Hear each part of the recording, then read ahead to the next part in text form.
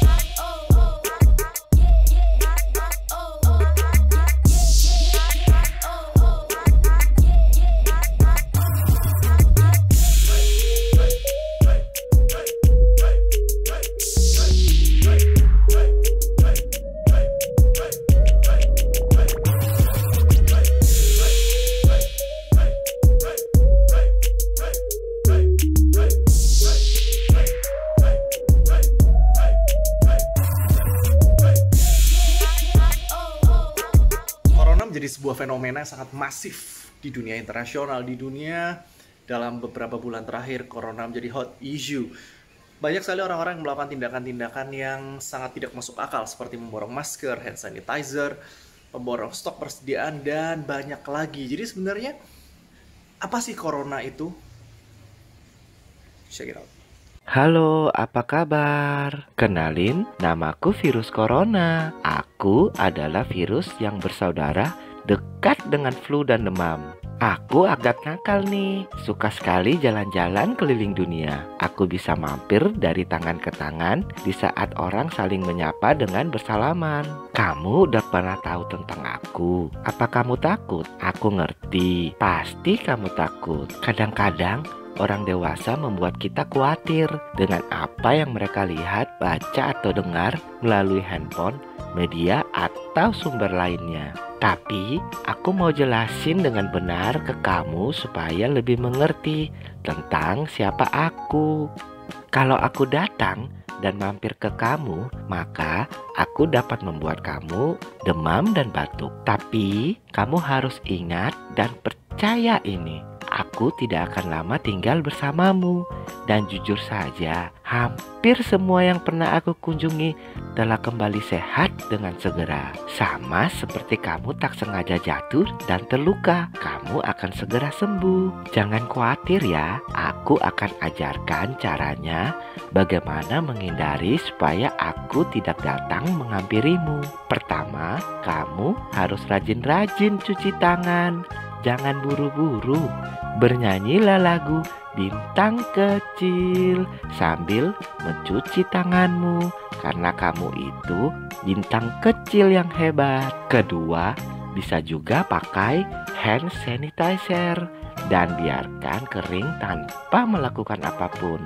Kamu bisa menunggunya kering sambil berhitung dari 1 sampai 10. Ketiga, kamu juga harus menjaga kesehatanmu dengan benar. Makan teratur, minum vitamin, dan istirahat dengan baik. Kalau kamu melakukan ketiga hal tadi, jujur saja, aku jadi malas mengunjungimu. Selain itu, kamu gak perlu khawatir, karena saat ini para dokter hebat sedang berusaha menemukan vaksin yang akan membuatmu kebal dari aku. Jika kamu ngerti apa yang aku jelasin tadi tentang diriku, maka aku harap sekarang kamu tak perlu lagi terlalu cemas. Kamu harus kuat dan hebat, karena masa depan ada di tangan kalian semua. Jadilah anak yang bersemangat, sehat, dan berbagilah pengetahuan yang baik ini dengan sesamamu. Jangan lupa memakai masker kalau kamu sedang flu atau batuk. Hari ini hari kedua sejak Presiden Jokowi mengumumkan lebih baik kita work from home selama 14 hari ke depan. Kita lebih baik bekerja dari rumah dulu dan menghindari kontak dengan orang lain atau social distancing. Kenapa harus gitu? Kenapa kita harus tetap stay di rumah? Kenapa kita harus jaga jarak dengan orang lain? Kita bisa saksikan di video-video berikut ini. Senin 16 Maret 2020. Hari ini saya dan teman-teman narasi mulai bekerja dari rumah, hanya untuk hal-hal penting dan tidak bisa diwakilkan baru kami akan beraktivitas di luar rumah. Ini adalah bagian dari upaya untuk mencegah penyebaran virus corona. Tindakan yang bukan hanya tentang kesehatan pribadi, tapi terutama untuk kesehatan dan keselamatan orang banyak. Lebay, berlebihan, jauh dari itu. COVID-19 ini adalah virus yang betul-betul baru. Tidak banyak yang kita ketahui kecuali bahwa ia bisa menyebar dengan sangat cepat dan orang yang sudah terinfeksi pun bisa tidak menunjukkan gejala sama sekali dan menyebarkannya ke orang lain. Apa yang bisa dilakukan? Jaga jarak, hindari keramaian, di rumah aja.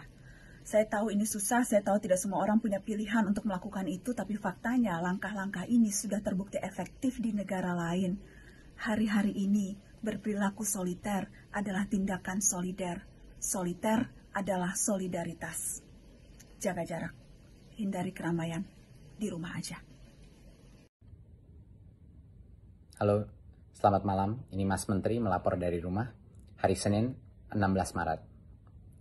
Saya masih melihat banyak sekali masyarakat yang sebenarnya mampu bekerja dari rumah, masih saja beraktivitas di luar rumah. Untuk itu saya tekankan beberapa hal. Nomor 1, virus corona bukan virus yang bisa diremehkan. Ini virus berbahaya dengan tingkat penularan sangat cepat. Kedua, walaupun kita tidak punya gejala-gejala, tapi kita masih saja bisa menjadi carrier dan menularkannya kepada orang-orang dengan kondisi kesehatan yang kurang memadai, seperti orang-orang lanjut usia atau punya diabetes, hipertensi, dan berbagai macam kondisi kesehatan lainnya. Jadi ingat, setiap kali kita keluar rumah, kita bisa mengancam nyawa orang lain. Marilah kita menunjukkan bahwa Indonesia ini negara dengan azas gotong royong. Marilah kita menyelamatkan nyawa masyarakat orang Indonesia dengan bekerja dari rumah, belajar dari rumah, dan beribadah dari rumah. Terima kasih. Selamat malam.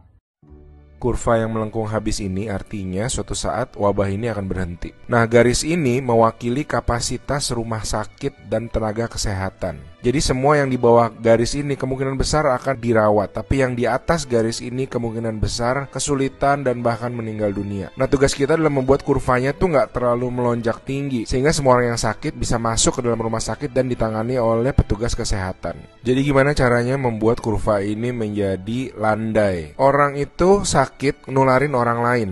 Nah, orang yang sudah sembuh, tubuhnya jadi punya imunitas, sehingga kemungkinan dia tertular lagi itu kecil atau hampir nggak ada. Sehingga caranya sebuah wabah apapun itu dari zaman dulu berhenti adalah ketika cukup banyak orang kena virusnya, lalu menjadi imun sehingga virusnya nggak bisa punya orang untuk ditularin lagi. Nah, kenapa selama ini kita perlu banget namanya social distancing atau ngejauhin diri? Animasi ini bagus banget. Ini contoh kalau semua orang bergerak bebas seperti biasa, nggak ada pikiran, semua tetap pergi konser, pergi jalan-jalan. Ini akan terjadi. Satu orang akan menularkan semua orang berbarengan, dan itu yang berbahaya. Seperti tadi kita ngelihat kurvanya ya. Pada akhirnya akan lewat dan pada akhirnya semua orang akan sembuh. Tapi karena kurvanya tinggi, banyak orang akan mati dalam prosesnya. Nah, yang terjadi di Cina dengan adanya lockdown, ditutup, membuat orang tidak sakit sekaligus berbarengan. Jadi kurvanya lebih landai kalau kalian lihat, sehingga memberi waktu untuk orang-orang menjadi sembuh dan akhirnya bisa melandaikan kurvanya.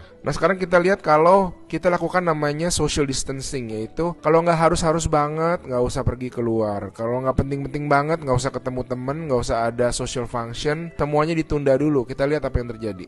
Nah, bahkan ini ada simulasi satu lagi. Kalau social distancingnya itu bener-beneran ekstrim, orang nggak boleh keluar, ada jam malam dan sebagainya. Ini yang terjadi. Kita lihat beda banget kan. Jadi ada orang yang akan tetap sakit, tapi mereka bisa masuk rumah sakit dan dirawat. Jadi teman-teman, please do your social distancing, stay at home, work from home, anywhere you can. Ada orang-orang yang nggak bisa, saya mengerti, tapi sebisa mungkin lakukanlah semuanya itu. A good way of doing it is to imagine that you do have the virus, yeah, and change your behavior so that you're not transmitting it. Jadi dari video-video yang tadi bisa kita simpulkan bahwa lebih baik selama 2 minggu atau 14 hari ke depan kita harus social distancing. Kalau bisa, kalau kamu memang nggak ada perlu yang mendadak, kalau bisa jangan keluar rumah. Karena selain bukan untuk kita yang tidak tertular, tapi lebih baik karena corona ini sifatnya seperti virus flu yang penyebarannya sangat cepat. Mungkin kalau daya tahan tubuh kita kuat, kita Kalau kena pun nggak apa-apa, karena virusnya belum sempat berkembang biak, dan virusnya ini bisa dihajar oleh imun kita. Yang jadi masalah adalah ketika daya tahan tubuh kita ini kuat, tetapi kita menjadi carrier, kita bisa membahayakan keselamatan orang lain yang daya tahan tubuhnya lemah. So, tetap waspada, tapi jangan panik. Kepanikan berlebihan yang akan menyebabkan banyak sekali masalah di corona ini. Dan selama 14 hari ke depan, lebih baik kalau nggak ada keperluan, jaga jarak sama orang. Kalau bisa stay at home sampai semua keadaan bisa teratasi. So, thanks for watching. Emak Dua Dela. Ciao.